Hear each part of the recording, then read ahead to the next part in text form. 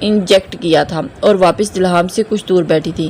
دلہام نے بغور اس کی حرکت دیکھی اور انتہائی ڈٹھائی کا مظاہرہ کرتے اس کے پاس جا بیٹھا اور اس کے کندھے پہ سر ٹکائے اسی کی نظروں کے ارتکاز میں نگاہیں ٹی وی پر جمائے، جیسے انا کے لیے اس وقت ٹی وی سے زیادہ امپورٹنٹ کچھ نہیں تھا۔ جبھی اسے جھٹکا لگا تھا جہاں آر جے اور دلہام کی پرانی تصاویر سلائڈز کی صورت میں چل رہی تھی۔ دلہام کا چہرہ پل میں زرد پڑا تھا جبکہ انا کی نظریں ٹی وی پر ہٹتے دلہام کے چہرے پر جمی تھی۔ دلہام کے لیے یہ تصاویر شاکنگ نہیں تھی، لیکن ان کا اس طرح یہاں پہ چلنا کافی شاکنگ تھا۔ یہ کیا بکواس ہے، بند کرو اسے۔ ہوش میں آتے ہی وہ انا پہ دھڑا تھا۔ بھائی ہماری محبت کو کبھی ایکسیپٹ نہیں کریں گے کیونکہ پریحان انہیں نہیں ملی۔ ایک جانی پہچانی آواز پہ وہ پلٹا تھا جہاں رمز آر جے کے ساتھ ٹہری کچھ بول رہی تھی۔ دلہام کی آنکھوں میں مرچیں بھری تھی، اگلے پل تو زمین سرکی تھی۔ دلہام کی گلے لگی پریحان نہیں بلکہ درید کے سنگ تھی جسے تھوڑے دور سے رد و بدل کر دیا گیا تھا اور دلہام دکھائی دے رہا تھا۔ اگر دلہام بھی ہوتا تو شاید تصویر پہ فرق نہ پڑتا، لیکن فرق پریحان کا نیم برہنہ وجود کا رہا تھا۔ وہ اس وقت کی تصویر تھی جب درید اسے آر جے کے فلیٹ پہ پہلی بار بچا لایا تھا۔ آر جے کے لگائے گئے کیمراز میں یہ منظر فٹ تھا اور وقت آنے پہ اس نے انا کو بخوبی بیوقوف بنایا تھا۔ سچ ہے برا لگے گا، ریشم کے لبادے اوڑے کندھے پہ لوگوں کا سچ۔ انا ایک ایک لفظ زہر میں ڈبوئے بولی تھی اور پھر انا دی۔ دلہام نے داڑتے ہوئے مٹھیاں پینچھی۔ کیوں برا لگا؟ حیرت ہے نا بیوی کو آر جے کے ساتھ دیکھ کر 400 لوگوں میں تھپڑ مارنے والا شخص اپنی اصلیت ظاہر ہونے پہ چپ کیوں؟ آج اس رویے کے حقدار نہیں جو آپ نے اپنایا تھا مجھ سے۔ وہ دونوں ہاتھ سینے پہ جمائے تسلی سے بول رہی تھی جبکہ دلہام تو پہلے آندھیوں کی زد میں تھا۔ مجھے ذرا فرق نہیں پڑتا کہ تم کیا بکواسیت سوچ رہی ہو، مجھے صرف یہ ضرور جاننا ہے کہ تم آر جے سے کس حق سے ملی اور کیا کیا بکواس کی ہے اس نے۔ وہ اس کے کندھے سے پکڑے سختی سے جرا کھا رہا تھا۔ کیوں بتاؤں آپ کو؟ یہ سچ چھپا رہے تھے نا آپ؟ بہن بھائی کا نام استعمال کرتے آپ اور پریحان۔ شٹ اپ انادل، ایک لفظ اور بولا نا تو مجھ سے برا کوئی نہیں ہوگا۔ وہ اس کا چہرہ ہاتھ میں تھامے دھڑا تھا۔ ایسے بھی آپ سے زیادہ برا کوئی ہو ہی نہیں سکتا مسٹر دلہام بخت۔ وہ اسے جھٹکتی وہاں سے نکل گئی تھی جبکہ دلہام دونوں ہاتھوں سے اپنے بالوں کو جکڑے پریشانی سے ٹہل رہا تھا۔